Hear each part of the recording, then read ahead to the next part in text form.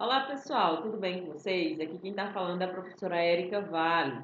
A gente vai dar continuidade hoje ao nosso conteúdo de artes, tá bom, pessoal? Então antes de a gente começar a nossa aula, eu gostaria que vocês abrissem aí o livro, tá certo? Na página 92 do livro de artes, capítulo 11, sob o título Liberdade Criativa. Alguns informes importantes. Galera, tudo que a gente for falar nessa aula de hoje tem no livro de vocês.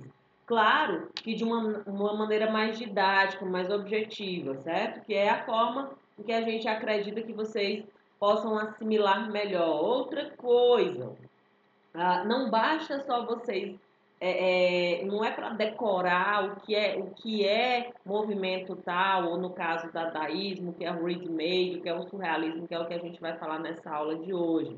Tá certo? Eu quero que vocês compreendam cada movimento artístico cada característica dessa, tá bom? Beleza? Então vamos lá. Pegaram o livro, abriram o livro aí na página 92 para a gente começar a nossa aula. No decorrer da aula, se vocês ficarem com alguma dúvida, anotem do lado que a gente vai tirá-las quando nos encontrarmos nas nossas lives. Beleza, pessoal? Então, vamos nessa. O que é que a gente vai estudar nesse capítulo, Érica? A gente vai ver o movimento dadaísmo, certo? A gente vai conhecer um pouco do contexto histórico, onde é que ele apareceu, certo? Quais foram os motivos pelos quais ele veio à tona, né? E ele se tornou um movimento tão forte, né? Que encontra referências até hoje em dia, artistas que se baseiam nele até hoje em dia, certo? A gente vai conhecer as características dele também. A gente vai explorar um pouco do ready-made, né?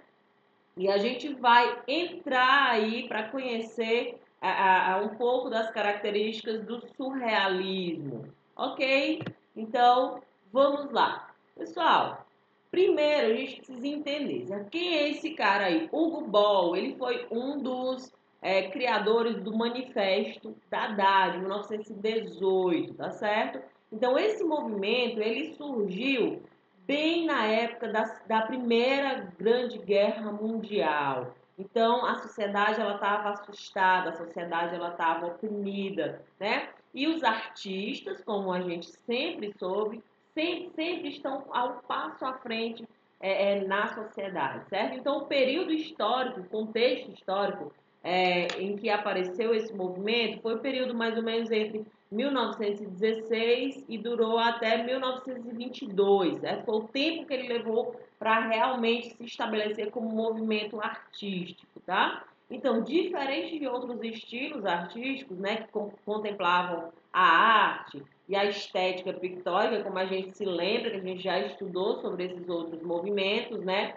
No caso da arte abstrata, né? A gente viu a arte realista, certo? Então, diferente desses movimentos, o dadaísmo, ele questionava qual o real objetivo da arte. Então, os artistas, eles começaram a pensar assim, puxa vida, é só isso? Será que a arte é só isso? Será que é esse tipo de arte que eu quero que as pessoas entendam, que é só a arte da contemplação, né? A arte da montagem? Será que a arte ela não está fugindo um pouco do seu real objetivo? Né? E isso é o que os artistas dadaístas, né, começaram a se questionar. Então, o que é que acontece? O dadaísmo ele veio para quebrar os padrões do que já existia, né? Como todo movimento artístico que vem após o outro, né? Sempre traz informações novas, sempre quer quebrar os padrões ali já estabelecidos, principalmente quando a gente fala de arte na sociedade, certo? Em qualquer tempo, tá bom? A arte, ela sempre está um passo à frente, os artistas sempre estão um passo à frente. E a função é, acima de tudo, questionar, né? Então, vamos lá. Aqui a gente tem, dadaísmo significa o quê? Cavalo de brinquedo. Na verdade, Dada significava para eles lá nada, né? Nada. Pode significar nada e tudo ao mesmo tempo. Enfim, né? Vai aí dar do tipo de interpretação que os artistas tinham naquela época e que vocês também conhecendo um pouco dessa arte podem informar aí as suas opiniões a respeito. Ok? Então a gente tem, pessoal, as principais características do dadaísmo. A gente tem a fonte aqui, né? Que essa é a obra símbolo do dadaísmo.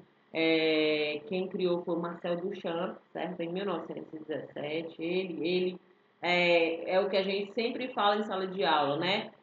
Como assim? Um urinol, né? Qual o objetivo? Por que que ele criou esse? Por que que ele disse que era arte, né? Então, quando a gente conhece um pouco mais do dadaísmo, a gente vai entender por que que Duchamp ele foi inovador nesse aspecto, tá? Então, as características principais. Objetos comuns do cotidiano eram apresentados de uma forma nova e dentro de um contexto artístico, certo? Então, o que é que o Marcel Duchamp fez? Aí, com essa fonte em especial, ele tirou a peça, uma peça de louça, né, que era um urinol, utilizado, colocado nos banheiros públicos, certo? Nos banheiros de algumas instituições, de alguns bares, algumas casas naquela época, e retirou do contexto e colocou dentro de um museu, né? Dentro de uma galeria de arte. Beleza? Então, isso elevou até o padrão de realmente ser uma obra de arte, certo? Então, irreverência artística, não deixa de ser muito irreverente, né? O combate às formas de arte já institucionalizadas, foi isso que a gente falou, né, há uns minutos atrás, que era o quê? Aquilo que se interpretava como arte, que eram só aqueles quadros, que era o realismo, eram as naturezas mortas, tomaram uma nova, os artistas, eles adaptaram e não que aquilo não seja arte, mas eles apresentaram um novo tipo de arte, certo? Então eles traziam também, principalmente, a crítica ao capitalismo e ao consumismo, né? Então vejam bem, Primeira Guerra Mundial, o que, essas pessoas pensavam, esses artistas pensavam? Puxa vida, tinha sempre uma burguesia, aquelas pessoas que estavam financiando a guerra, né? E tinham pessoas morrendo de fome. E aí, certo? Existia sempre essa guerra ideológica e muito questionada, muito criticada pelos artistas, tá? Então, eles enfatizavam o absurdo, né, nos temas e conteúdos sem lógica, aparentemente sem lógica, certo? O uso de vários formatos de expressão, objetos do cotidiano, sons, fotografias, poesias, músicas, jornais, colagens, certo? Na composição das suas artes plásticas.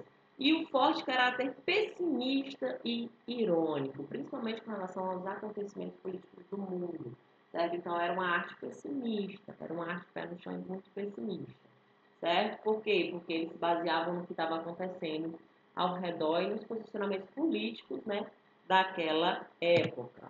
Ok?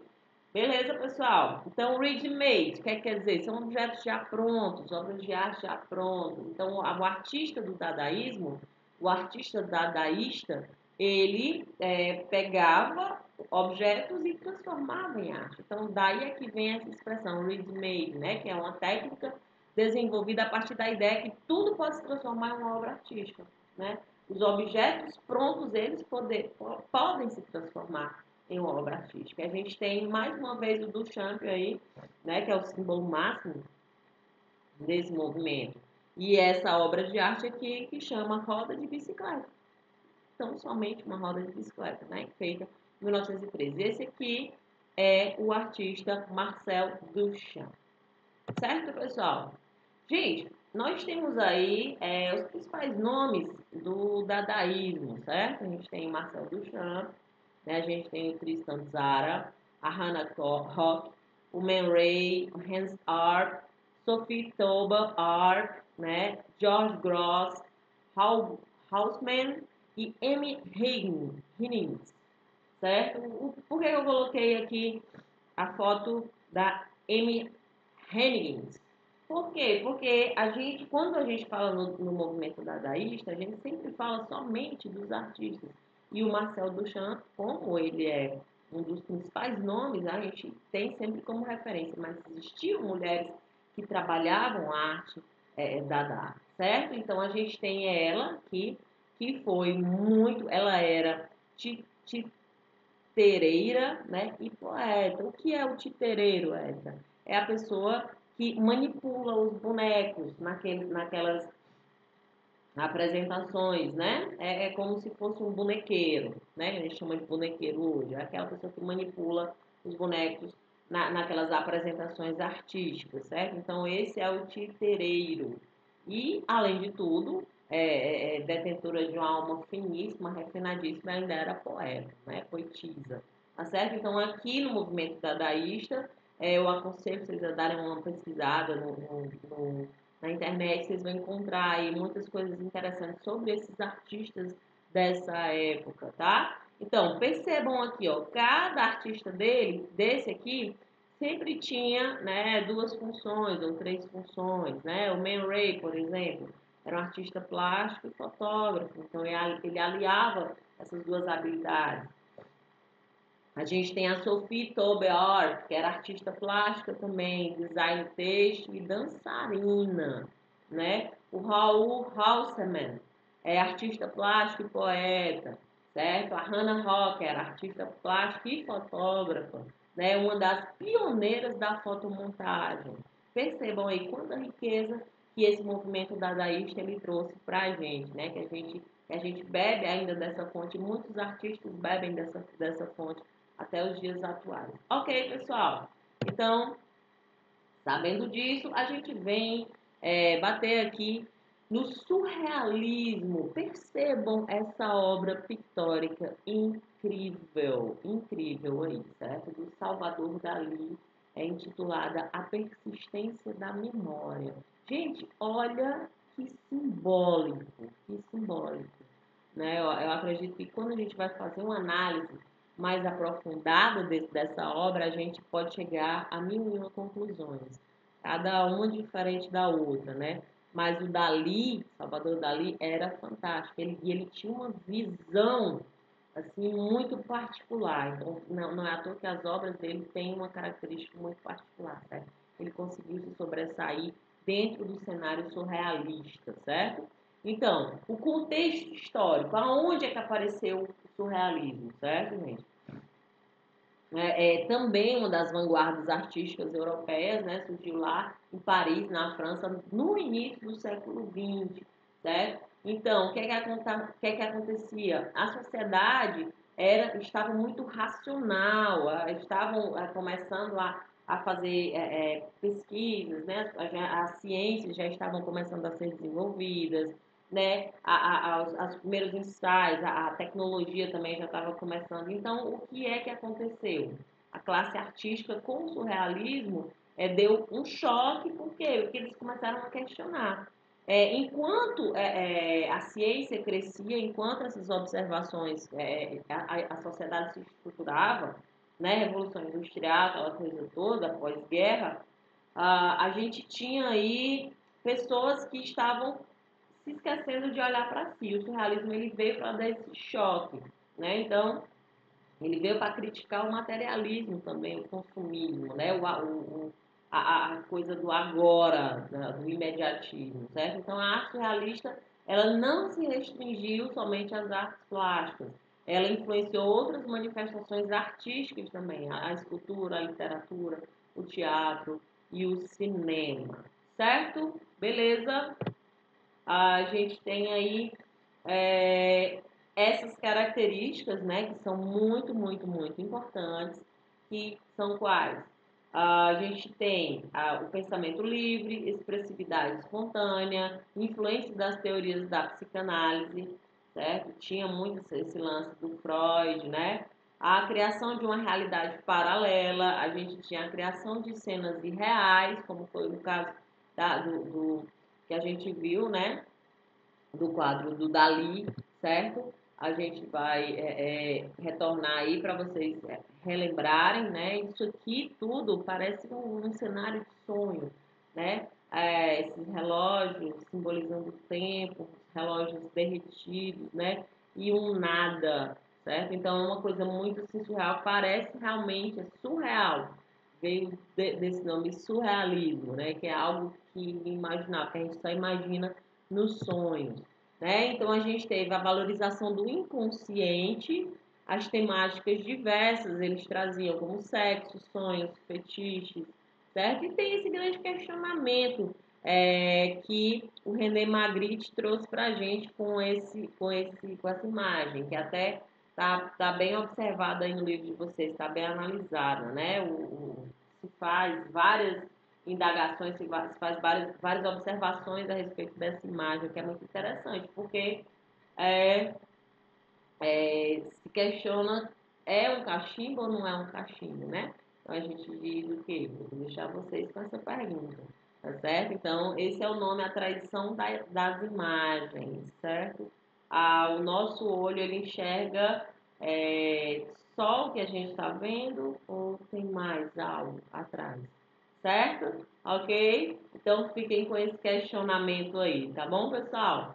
Então, ah, essa foi a nossa aula de hoje sobre liberdade criativa. A gente falou de movimentos muito importantes, tá certo? Mais uma vez, gente, compreendam.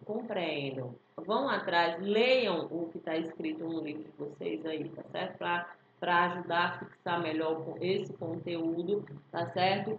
Se lembrem das características principais do dadaísmo, tentem fazer uma aproximação do dadaísmo com o surrealismo. Será que eles têm? Eles são próximos? Até que ponto eles são próximos e eles diferem? Tá bom? E acessem aí o portal AvaSai, ok? Não percam os prazos das atividades. Acompanhem as nossas lives, participem das nossas lives para a gente trocar ideias a respeito desse capítulo. Beleza, pessoal? Então a gente vai ficando por aqui. Espero que fiquem todos bem, tá certo? E já já a gente se vê novamente. Tchau!